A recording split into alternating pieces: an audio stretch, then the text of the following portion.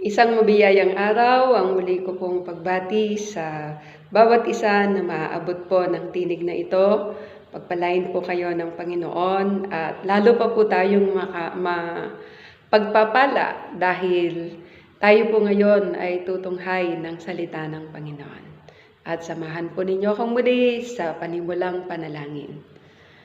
Dakilang Diyos, kami po ay humihingi ng patnubay ng iyong Santong Espiritu na kami sa amin pong pagbubulay ng iyong mga salita ay maranasan ka namin at tuluyan po naming maibukas ang amin pong puso sa mga katotohanan na nais mo pong ipabatid po sa amin sa pamamagitan ng iyong mga salita. Maluwalhati ka habang kami po ay matamang makikinig ng iyong banal na salita. Sa pangalan ni Jesus, Amen. Aklat ng Lucas, Kabanatang 12, ang talata po ay 34 hanggang sa mga sumusunod na talata. Ito po ay ang paksahin po ng maling pag-iipon ng kayamanan. Basahin po natin ang talatang 13.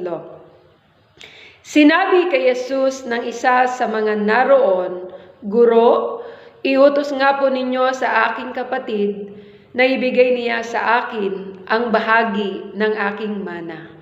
Sumagot siya, sino ang naglagay sa akin bilang hukom o tagapaghati ng mana ninyo? Talatang 15.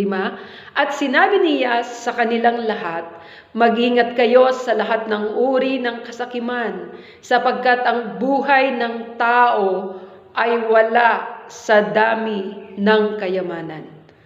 Pagkatapos isinalaysay ni Jesus ang isang talinhaga, isang mayaman ang umani ng sagana sa kanyang bukirin. Kaya't nasabi niya sa sarili, ano ang gagawin ko ngayon? Wala na akong mapaglagyan ng aking ani. Alam ko na. Ipagigiba ko ang mga kamalig at magtatayo ako ng mas malaki. Doon ko ilalagay ang aking ibang ari-arian. Pagkatapos ay sasabihin ko sa aking sarili, marami na akong naipon para sa mahabang panahon, kaya't magpapahinga na lamang ako, kakain, iinom at magpapasarap sa buhay. Ngunit sinabi sa kanya ng Diyos, hangal, sa gabiring ito ay babawian ka ng buhay. Kanino ngayon mapupunta ang mga inilaan mo para sa iyong sarili? Ganyan ang sasapitin ng sinumang nag-iipon ng kayamanan para sa sarili, ngunit dukha naman sa paningin ng Diyos. Diyos ang magpala sa bahaging ito ng kanyang salita. Ang pinag-uusapan po natin ngayon sa mga talatang ito ay ang maling pag-iipon ng kayamanan. Noong mga nakaraang araw po ay nabanggit po natin kung saan at tunay ang dapat na paglagyan po natin nito. So ngayon po ay atin pong tatalakayin ang patungkol po sa maling pag-iipon ng kayamanan. Magkano ang tinatanggap ninyo buwan-buwan? Mabilis ang sagot. Ngayon po, ilang buwan na walang tinatanggap kasi no work, no pay. Magkano ang iyong tinatanggap buwan-buwan sa trabaho mo, sa negosyo, o dili kaya ay sa allowance nyo?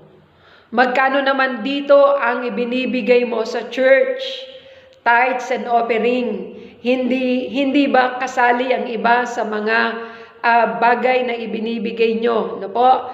Yung ilang percentage ito. Bakit ganoon lang kaliit ang ibinibigay nyo? Kapag may mga ganyang mga kostumbre ng mga tanong, iba ang nararamdaman natin kung pera ang pag-uusapan. Kaya nga po, kapag nagmi-meeting kami, okay, for our next agenda, ang maruming usapan, ito po ay patungkol sa pananalapi. Pero ang number one reason kung bakit hindi tayo nagbibigay ayon sa nais ng Diyos na ibigay natin at karaniwang desisyon natin ay kung ano ang gusto nating ibigay. Take note for that na kung ano ang desisyon natin at kung ano ang gusto lamang nating ibigay. Iyon bang maluwag sa bulsa at hindi dahil sa economic reason? Mahirap kasi ang buhay ngayon. Hindi lang mahirap, talagang lahat ay nasa adjustment. Medyo gipit kapag nakaluwag-luwag na. Kung mapipiliin kayo sa dalawang seminars, ito po yung dalawang seminar na pagpipiliin ninyo. Ano ang pipiliin mo? Ito po yung topic, how to double your money in 30 days o how to double your giving in 30 days. Hindi economic ang kalagayang pinansyal. Ang issue, hindi rin yung sitwasyon o ang panahon. Nais ko pong ulitin po ito, hindi economic o kalagayang pinansyal ang issue dito. Hindi rin sitwasyon o panahon na napakahigpit ng panahong kinakaharap po natin ngayon, pero hindi po yon ang atin pong titignan. The issue is the heart. It's all about heart matter. For where is your treasure is, there will your heart be also. Yan po ang sinasabi po ng Luke chapter 13 verse 34. It's not about the money. Concern ni Jesus, hindi money matters kung hindi heart matters. It's all about your heart. Nang tawagin niya si Pedro at kapatid niya, hindi niya tinuruan kung paano dadami ang huli ng isda nila dahil sila nga po ay mangingisda. Kundi ang itinuro sa atin ng Panginoon sa kanila ay ang pagsunod sa Kanya at iiwan ang lahat. Ang mga gagawin ng mga isang fisherman ay iiwan na nila at bibigyan sila ng bagong trabaho. Nung tawagin po niya si Matthew from the book of Matthew chapter 9 verse 9, hindi para magbigay ng diskarte kung paano makakakolekta ng mas malalaking komisyon kung hindi sumunod sa Kanya. Isa po ang layon. Discipleship or following Jesus is a matter of the heart. Puso ang atin pong pinag-uusapan dito. Puso natin nang nakasunod sa Kanya doon sa mga mission na nais na ipagawa niya sa atin at iyon lamang ang pinakamahalaga sa Kanya. Kaya nga nang may lumapit kay Jesus na isang lalaki na tinawag siyang guro, sinamantala na niya iyon para ipakita na mali ang nasa puso niya. Na ang heart attitude niya sa pera ay isang malaking hadlang sa pagsunod niya kay Jesus. Sinabi ng lalaki, Guro, iutos nga po ninyo sa kapatid ko na paghatian na namin ang mana. Verse 13, hindi natin alam kung anong eksaktong motivation ng lalaking ito, pero obviously, hindi kagandahan. Maaaring nandoon ang greed o covetousness. Meron na siya, pero gusto pa niyang madagdagan at makakuha ng mas marami at ng mas malaki. Kaya sabi ni Jesus sa verse 15, be on guard against all kinds of covetousness. O maaari din namang anxiety o fear. Kinakapos siya, kaya nag-aalala siya sa kung ano ang mangyayari sa buhay niya kapag di na niya makuha ang parte niya sa mana. Kaya sabi niya kay Jesus sa mga disipulo niya sa verses 31 and 31 and 32, do not be anxious. Anong sagot ni Jesus sa lalaki? Sino ang naglagay sa akin bilang isang hukom o tagapaghati ng inyong mana. Obviously, may greater concern si Jesus dito. Hindi ang pera, kundi ang attitude ng lalaki sa pera. Jesus was on his way on Jerusalem to willingly and gladly offer his life for us. Habang naglalakbay siya, kasama ang mga tagasunod niya, ito ang picture na gusto niyang ipakita, na ang mga sumusunod sa kanya ay dapat handa na ibigay ang lahat-lahat sa kanila, maging ang sariling buhay para sumunod sa kanya, at kasama silang mismong aabutin ng lahat ng lahi sa buong mundo. Kung hindi ninyo magawang talikuran ng lahat ng nasa inyo, hindi kayo maaaring maging tagasunod ko. Luke chapter 14 verse 33. Kasama sa lahat na tinutukoy niya ay ang pera. Anumang pag-aaring meron tayo, o nga't magagamit natin ng pera para sa pagsulong at magagamit natin ito na malaking tulong para sa misyon natin sa Panginoon. Pero isa rin itong malaking balakid kung hindi natin magagapi ang tinatakawag na kasakiman o kabalisahan ng ating puso. Sa aklat ng Lucas chapter 12, verse 1 and 12, sinabi ni Jesus sa atin na huwag matakot sa mga taong maaaring pumatay sa atin. Huwag mag-aalala sa sasabihin natin sa pangangaral ng salita ng Diyos kung usigin man tayo. Paano natin iaalay ang buhay natin sa Kanya sa paglilingkod kung ang barya nga sa bulsa natin ay hirap na hirap tayong pakawalan. Doon pa lang po, nasukat na Tingnan natin ngayon kung ano ang nasa ilalim o ugat ng dalawang ito at kung papaano natin ito lalabanan para mawala ang pagkakagapos ng puso natin sa kasakiman at sa kabalisahan. At maging malaya tayo sa pagsunod sa nais ng Diyos sa buhay natin. Marami man o kakaunti ang pera natin, subalit tayo'y malaya sa greed o yung tinatawag na covetousness. Unahin natin ang kasakiman. Babala ng Panginoon sa lahat sa atin, mag-ingat kayo sa lahat ng uri ng kasakiman. Chapter 12, verse 15, na para bang isang makamandag na ahas na tumutuklaw sa atin kung di tayo makaiiwas sa gayon. Ano ba ang problema sa kasakiman o sa pagnanasang magkaroon pa ng mas maraming kayamanan? Yes, greed is a strong word. Kaya piling natin hindi tayo sakim. Sabi nga po, si Napoles, ang ganon. Pero kung titignan natin ang ugat nito, makikita natin na meron ding Napoles sa puso ng bawat isa sa atin. Kahit nga sa mga anak nating maliliit pa akin to, di sa'yo yan.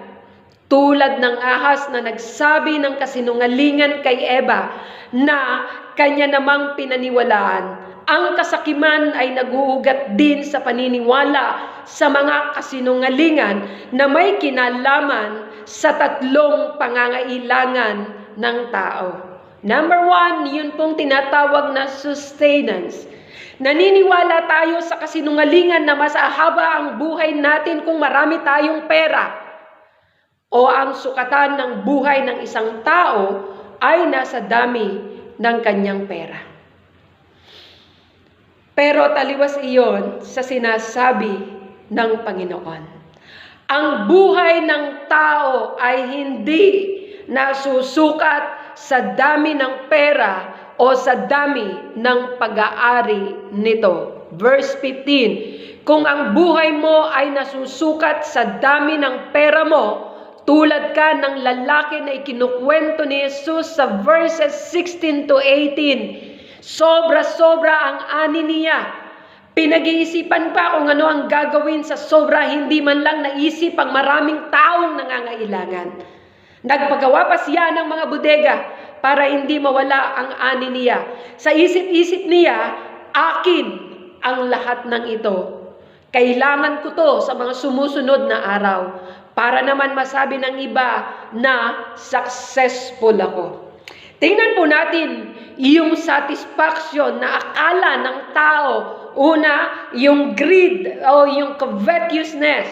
Nako, kung bakit ganun na lamang ang kanya pong pangangatwiran. Ikalawa, para daw ito sa kanyang sustenance. Ang akala din ng taong ito ay nakasalalay sa kanyang kasiyahan sa buhay, ang dami ng kanyang pera. At dahil marami na akong naipon para sa maraming taon, magpapahinga na lamang ako, kakain, iinom at magpapakaligaya. Yun po sinasabi po sa verse 19, wawawi, pasarap na lang sa buhay. Bakit nakasalalay ba sa dami ng pera ang saya ng buhay? Paano ang mga bilyong-bilyong taong naghihirap? Nasaan ang pag-asa nila kung ang pagiging masaya ay ang basihan ay ang dami ng pera? Naging masaya ba lahat ang may pera? Kailangan bang nagmumudbod ng pera ang gobyerno para maging masaya lahat sila? Hindi ba't ganito tayo mag-isip tuwing iniisip nating mas masarap ang buhay? Saan? Maaring sa Amerika, sa Australia, sa Canada, kaysa sa Pilipinas. Na nagkukwentuhan nga po kami ng aking mga kapatid. Noon kapag may darating na kamag-anak, kakilala na galing ng Amerika, hindi pwedeng hindi dadayuhin, hindi pwedeng hindi sasalubong. Subukan mong umuwi ngayon na galing ng Amerika kung hindi ka iiwasan o pandidirian.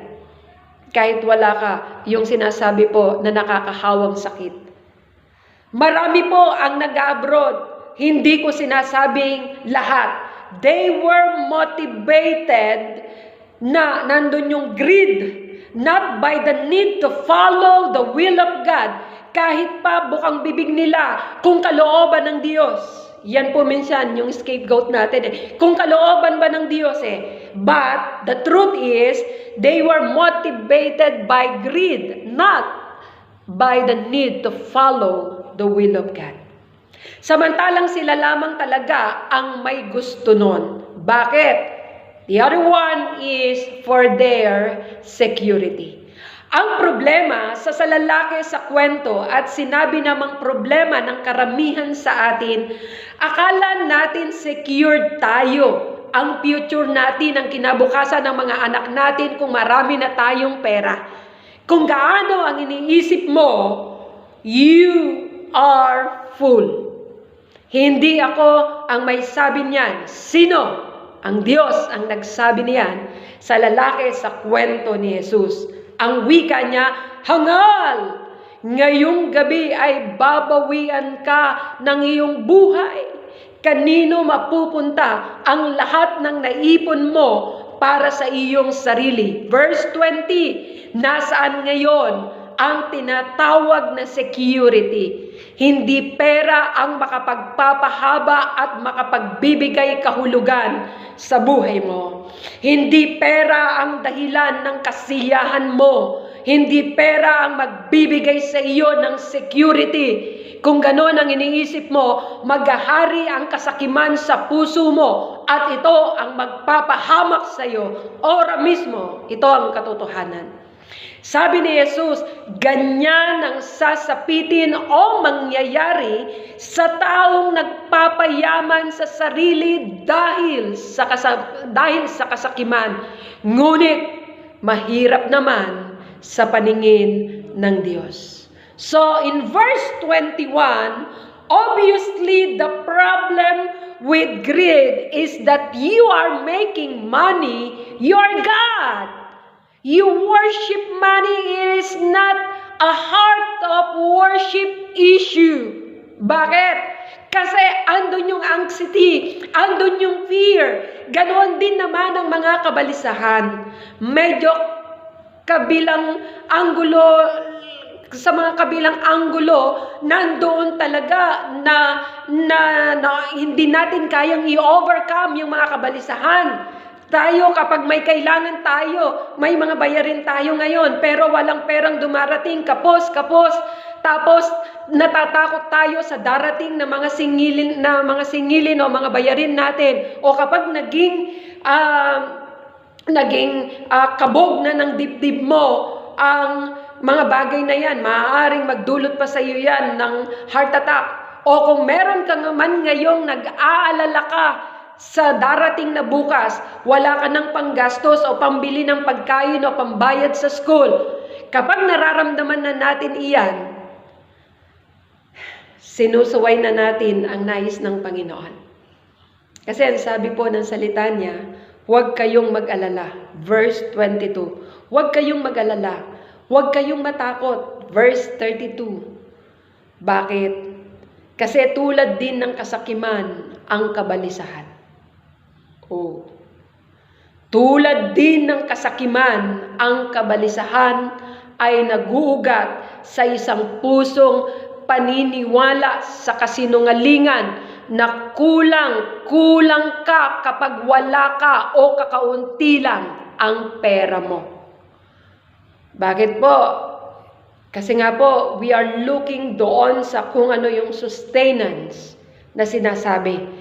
Kung nababalisa ka, sinasabi mo, wala namang mangyayari sa buhay ko, wala namang saysayang buhay ko, kung kakaunti lang ang pera ko. Pero alam mo ba, sinabi ni Jesus, kaya't sinasabi ko sa inyo, huwag kayong mabalita sa tungkol sa mga inyong buhay, sa inyong kakainin o tungkol sa damit na kailangan ng inyong katawan sapagkat ang buhay ay higit pa kaysa sa pagkain at sa mga damit na kailangan ng inyong katawan. Bakit po? Kasi nga po, lagi nating tinitignan yung satisfaction. Nag-aalala ka kasi iniisip mo na di magiging masaya o satisfied kapag kakaunti lang ang pera mo. Hindi ba't minsan na ring sumagi sa isip natin kung maging mayaman lang sana ako?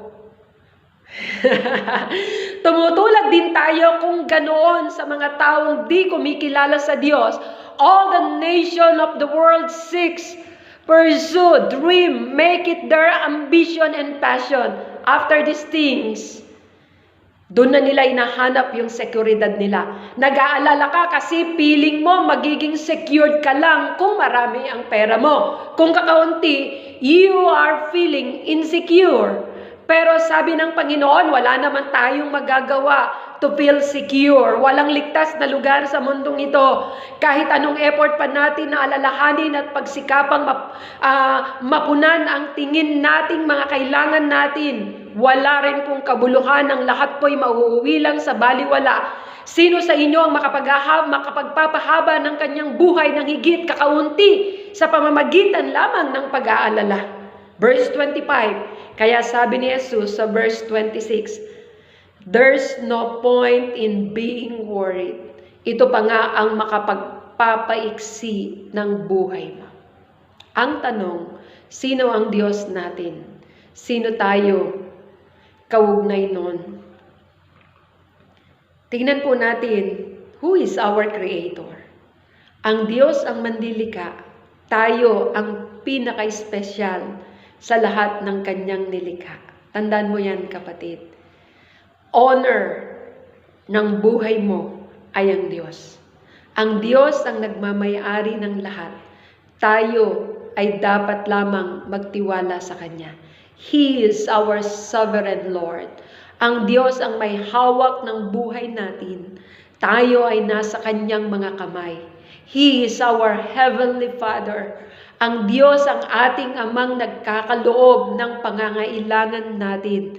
Tayo ay Kanyang mga anak. Alam ng isang ama ang mga pangangailangan ng Kanyang anak. He is our Abba Father. He is our Shepherd, our King. Ang Diyos ang Hari, pinakamayaman sa lahat. Tayo ay mayaman, higit pa sa iniisip o inaakala natin kung kikilalanin lamang natin siya sa ating mga buhay. We are sustained by God.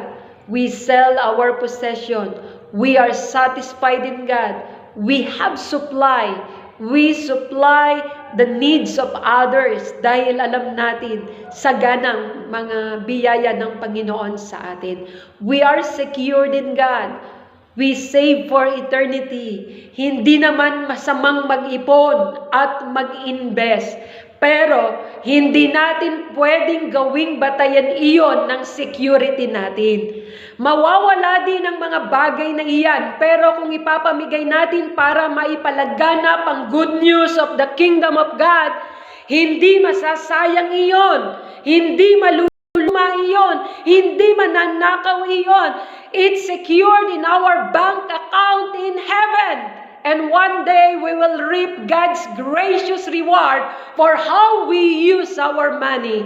So don't waste your money. Don't keep it in yourself. Give it away. Yan ang yan ang mensahe ng Panginoon para hindi masayang. Hindi ko hinihingi ang pera mo, kapatid, para kunin, para ipangmudmod sa iba. Ang utos ng Panginoon, ang sinasabi ng kanyang salita, saan mo dadalhin, saan mo i-invest ang mga ito.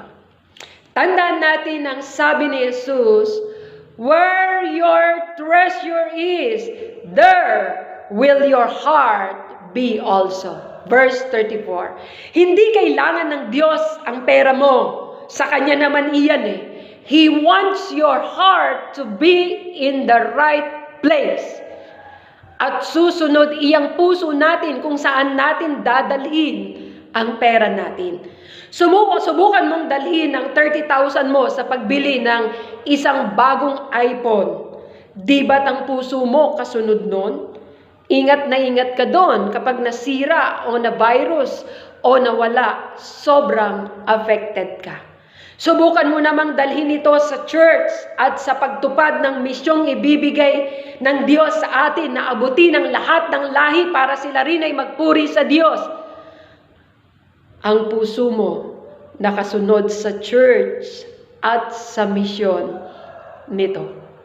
You are concerned for our leaders, for training people, for sending missionaries, for church planting, for seeing the glory of God among the nation. Ngayon, kung naniniwala ka sa laki ng pagpapalang tinatanggap natin mula sa Diyos, sa laki ng mga pangako niyang pinangahawakan natin araw-araw at sa laki ng Diyos na meron tayo, hindi ba't ngayon ang panahon para dagdagan mo na sa halip na bawasan ang ibinibigay mo sa simbahan? Klaro po ang salita ng Panginoon. Medyo may mas masaklap pa nga po, kapatid, kung hindi kasama sa bahagi ng iyong pinaglalaanan ang gawain ng Panginoon, kahabag-habag ka. Ngunit, kung ito ay invest mo sa gawain ng Panginoon, oras mismo, tinanggap mo na ang iyong reward. Tinanggap mo na ang lahat ng kinita nito. Sabi nga sa kanyang salita sa Kawikaan, ang pagtulong sa mahihirap ay parang pagpapautang kay Yahweh. Tandaan mo, kapatid, walang bagay na maaaring manatili at masabi mo na mahalaga sa mundong ito. Isa lamang ang mahalaga. Walang iba kung hindi ang ating Panginoong Jesucristo. Even our life is nothing without Jesus. Even ang mga bagay na pinapahalagaan mo ngayon, lahat ng yan maluluma, masisira, mawawala. Ang lahat ay mauuwi sa baliwala. Subalit, kung dalisay ang puso mo at naroon ang puso mo sa pagsunod sa Panginoon, naroon din ang pabor ng Panginoon at paghahari ng Diyos sa puso mo. Manalangin po tayo. Kay sarap na mabatid namin, Panginoon, na ang aming buhay ay hiram lamang sa iyo. Hindi po namin ito pwedeng i-base sa laki ng kayamanan na meron kami. O maaaring sabihin ng iba, wala namang kaming yaman. Ikaw ang tunay na yaman namin, Panginoon, na kung sa iyo po namin ilalaan ang aming paglilingkod, ang aming pagsunod, anumang bagay na meron kami, tiyak, ora mismo, ang iyong gantimpala, ang iyong reward, ang siyang sasaamin, Panginoon. Dahil sa sandaling tumibok ang aming mga puso na magkaroon ng malasakit sa maraming nangangailangan, yun na yung pagkakataon na tinanggap na namin ang aming reward. Dahil hindi yun ang puso talaga namin, yun ay ang puso mo, Panginoon. At tibuok ng iyong puso ay para sa maraming kaluluwa, Panginoon. Marami pong salamat. Himukin mo ang bawat isa na makita ang kaganapan ng iyong hangarin at layunin para sa amin, Panginoon. Maghari ka sa aming mga buhay, sa pangalan ni Jesus. Amen. Maraming salamat po sa pakikinig. Dalangin ko na ang mga salita na atin pong naibahagi ay magbigay ng higit na paghimok at kapangyarihan sa iyong puso. Muli, isang magandang araw, kapatid. Pagpalain po tayong lahat ng Panginoon at mabuhay po kayo.